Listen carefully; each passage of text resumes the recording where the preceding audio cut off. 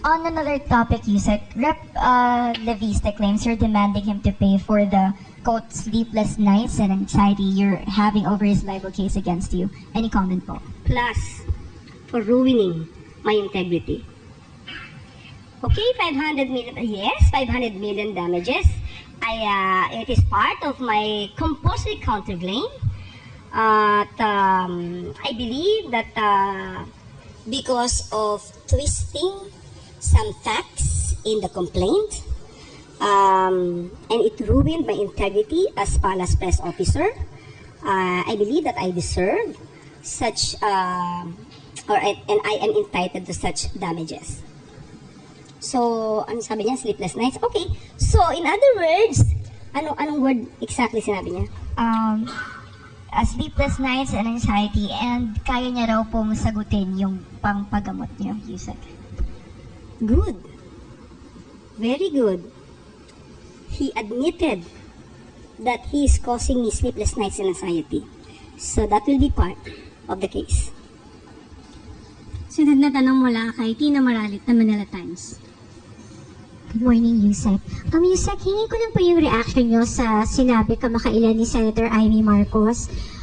Pinapatamaan niya po si Presidente na puro daw acting secretary ang ina-appoint, hindi na daw po pinapadaan sa commission and appointments. Therefore, parang wala na daw pong silbi ang CA. Ano pang komento niyo dito? Parang walang ano daw po?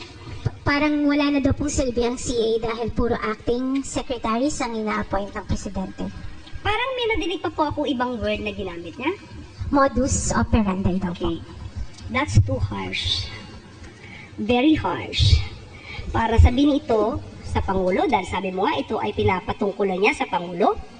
At parang kay Pangulo lamang harsh si Senator Amy Marcos.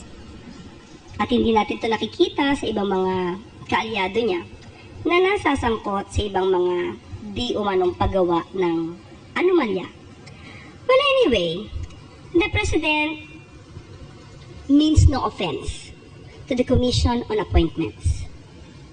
The President is merely exercising his constitutional prerogatives.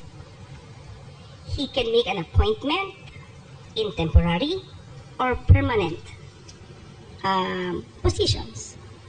At alam naman po natin, at alam naman po niya, na ang mga acting secretaries can remain as acting secretaries for a period of 1 year. So kung susumahin po niya ang lahat na na-appoint sa ngayon ng acting secretaries, wala pa pong 1 year ang pagsisilbi sa bilang ang sa kanilang posisyon. At the President naman will submit the appointments in due time. Salamat po. Next question, Katrina Domingo, ABS-CBN. Just a follow-up question on 2 points earlier mentioned. You mentioned that the government is doing everything to soften the blow. Similar question in previous weeks.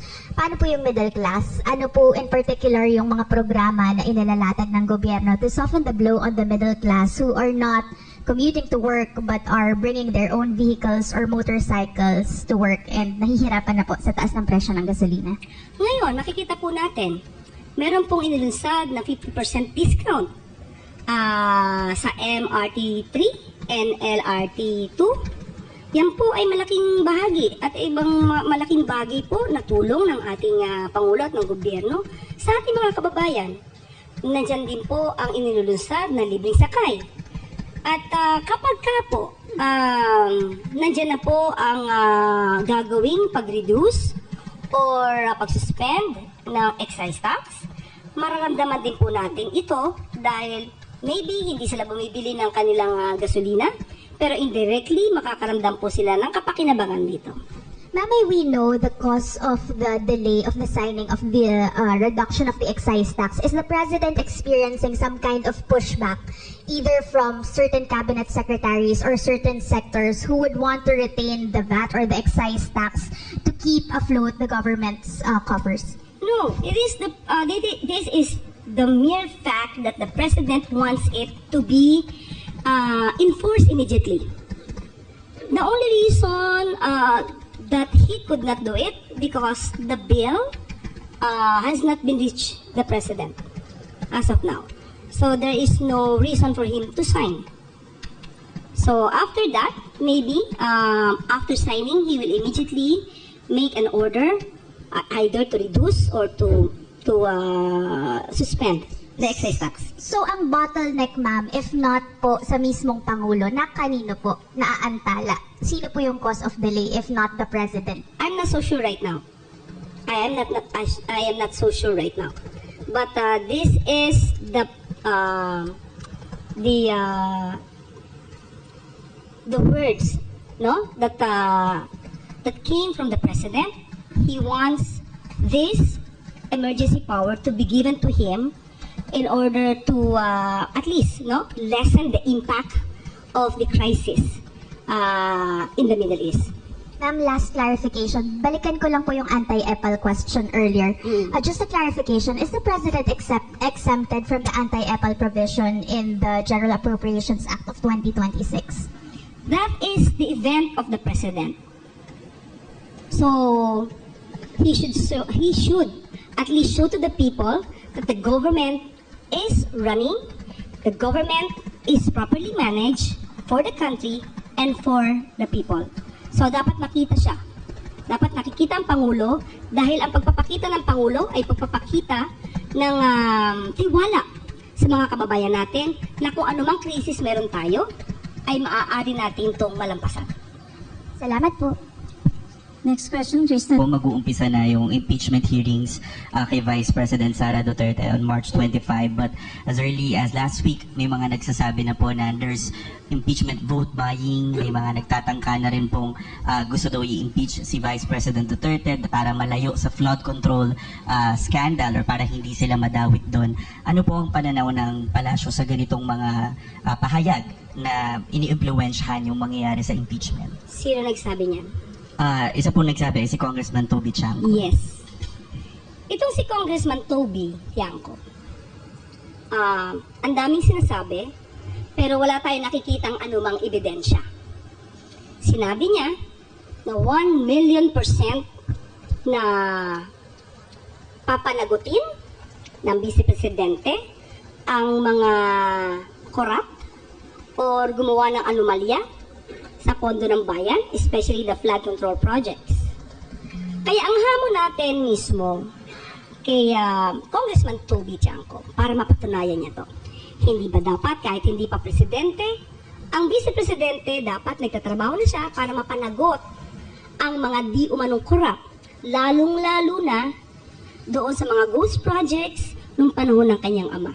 Madali naman niya malalaman kung sinong involved dito, tanungin lamang niya ang dating sekretary ng DPWH na ngayon ay si Secretary or rather Senator Mark Villar. Hanggat hindi ito nagagawa, ang sabi nga natin, maaaring nanlilinlang lang si Secretary or rather Congressman Toby Chanco. So, sa ngayon pa lamang, hindi dapat niyang sirain ang anumang institusyon ng gobyerno, lalo na kung saan siya nakakasama or where he belongs, diba? Sa institusyon where he belongs. Hindi dapat niya sinisiraan, lalo na wala siyang ebidensya.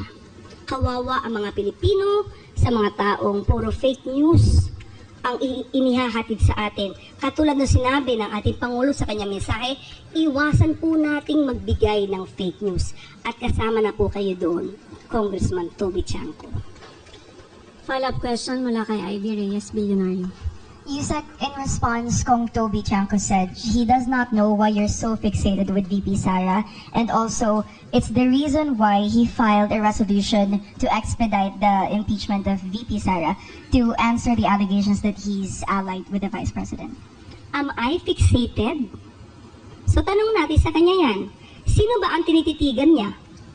To, balik natin ang tanong kay Congressman Toby Chanco. Sino po ba ang tinititigan niyo? Kasi marami naman po na nai-involve sa mga anomalya at sa korupsyon, pero nililihis nyo ang inyong mata. At mukhang iniligtas nyo pa at nilalagay nyo sa pedestal.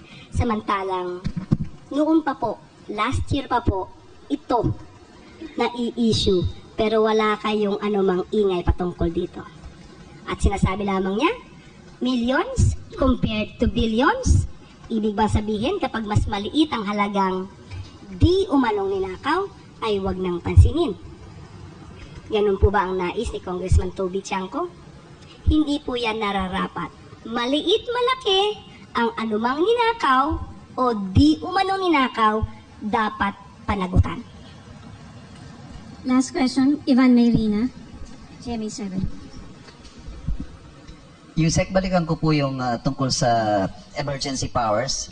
Ang sinasabi po ninyo, if my understanding is correct, hindi pa lang niya nagagamit yung power because the bill is not yet with him. But once he accepts, he gets it, he will sign it immediately. Ganun Of po ba? course, opo. Bakit naman hindi po niya ipipirmahan? Eh siya po yung nagnais po nito. Ma'am, actually yun din ang tanong namin pare-pareho last week because when we asked him, I asked him kung kailan ba niya balak. Ang sinasabi niya, it's a very complicated calculation and he is not going to rush into lowering or suspending excise taxes. Parang hindi ho yung, yun nga po yung nakakapagtaka, sinertify niya as urgent, but he is not in a hurry to exercise the powers. Okay, magkaiba po yun. Iba po yung pipirma niya agad dahil gusto niya po itong batas na to, at iba po yung maaaring hindi niya agad ma-implement. Dahil tandaan po natin, nasa batas, doon sa ginawa po na bill, na kailangan na yung price ay mag-reach ng $80 per barrel sa loob ng 30 days. So as of the time na binanggit niyo yan, wala pa po kasing 30 days. So at the time, mahirapan po siya talaga i-implement. Pero pag yan, pumasok na po, na naayos sa batas na 30 days, ay maaari na po itong magawa ng anumang order. At pag sinabi po kasi nating excise tax, ito naman po ay upon entry. So pag sinabi nating upon entry, wala po tayo, if ever, wala tayong maaangkat na langis. So hindi ma-exercise yung pag-reduce at pag-suspend ng excise tax. So ganun po yung ibig sabihin ng Pangulo. Last. Nag-announce po ang LTFRB ng dagdag pasahe only to be suspended the following day by the President. What went into this decision, ma'am, at bakit umabot pa sa punto na i-announce ng LTFRB at babawiin din ng Pangulo kinabukasan? Naaral po ng Pangulo at binalanse mabuti ng Pangulo ang maaaring maging epekto nito. Dahil nauna na po na magbigay ng ayuda. Sino unang binigyan ng ayuda ng Pangulo? Hindi po ba ang transportation sector? Financial assistance, fuel subsidy, at susunod nga po ay maaaring pagbaba or pagbawas, pagsuspend ng excise tax. Nauna na pong tulungan ang transportation sector. So ngayon po, ang mga mananakay natin, wala naman po sila natatanggap na anumang fuel subsidy. So binabalansi lamang po ng Pangulo sa ngayon. Ito po naman ay sa ngayon lamang upang hindi rin mabagatan ang ating mga mananakay, ang mga commuter, na pare-pareho naman po nating nadadanasan kung anong epekto ng krisis dito sa Middle East. So yun lamang po at kailangan lamang po talagang balansin ang pagtulong sa bawat Pilipino. Last question, Sam Medinilla. Kailan po namin? Bali hanggang kailan po yung suspension dun sa fair hike for dun sa mga land PUVs? Sa ngayon, wala po tayong masasabi dahil aaralin pa po yan. Kapag ka po kinakailangan na po talaga na magtaas ng pamasahe at hindi masyado makakaapekto sa ating mga commuter at sa kabuuan na ating mga kababayan, maaari naman po itong maging positibo dahil sabi nga po, especially bago po nangyari ito, hindi po ba nabanggit natin na patungkol po sa pagdagdag ng pamasahe sa mga jeepney drivers, yung dating binigay sa kanila na allowance ay sapat pa para sa paggastos or sa pagbili ng fuel at hindi sila malulugi. Nagkaroon lang po ngayon ng kakaibang sitwasyon. At ang dais nga po dapat unahin ay ang mga bus drivers, yung bus companies para po maakyat ang pamasahe. Ang dating hiling lamang po ng mga tsuper sa jeepney ay matulungan silang masolusyonan yung mga kolorum. Pero since na iba nga po ang sitwasyon, kailangan lang po talagang balansin ng Pangulo ang bawat kondisyon sa ngayon para kumbaga lahat po tayo ay makinabang, lahat po tayo ay maibsan ang nararanasan nating hirap or impact ng hindi natin gunustong sigalot sa Middle East. Clarify ko lang po. Bali, ang magdi-decide po kung mag-i-impose na ulit, no, i-alisin na yung suspension, si President po ba or LTFRB na lang? Pag-uusapan po yan. Kasi kahit po desisyonan yan at sinabi po ng Pangulo na hindi ito makakabuti sa ating mga mamamayan, of course, makikinig naman po yung sinasabing ahensya. Thank you po.